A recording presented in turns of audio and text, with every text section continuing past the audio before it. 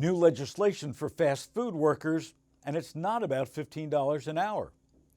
New York City Council members Brad Lander and Adrienne have introduced just cause legislation to give fast food workers more job protection.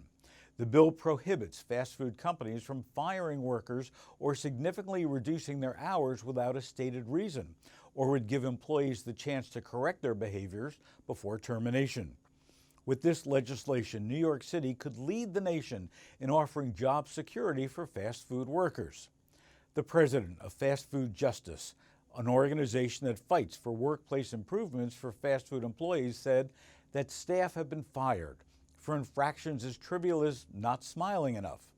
As the national Fight for $15 campaign highlights the need for living wages for fast food staff, New York City's Just Cause legislation stresses the importance of keeping some of the labor market's most vulnerable workers employed. By some estimates, the fast food industry has a 150% turnover rate every year. For far too long, fast food workers have been the victims of unfair reduction of hours or arbitrary termination, New York City Councilwoman Adrienne said in a statement to Civil Eats.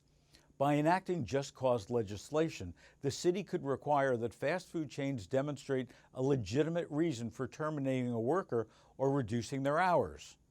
A recent report entitled "Fired on a Whim: The Precarious Existence of New York City Fast Food Workers" finds that 58% of 237 fast food employees have had their hours severely cut. 65% have been fired without a reason.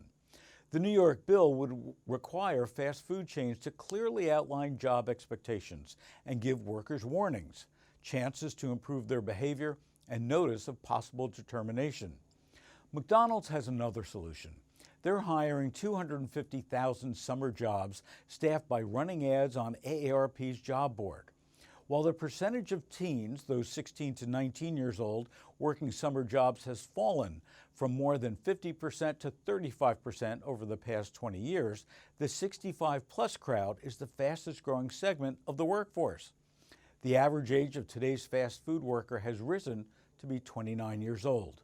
If successful in passing this legislation, we may see it expand to certain supermarkets who do not value training and employee retention and have poor labor practices as well.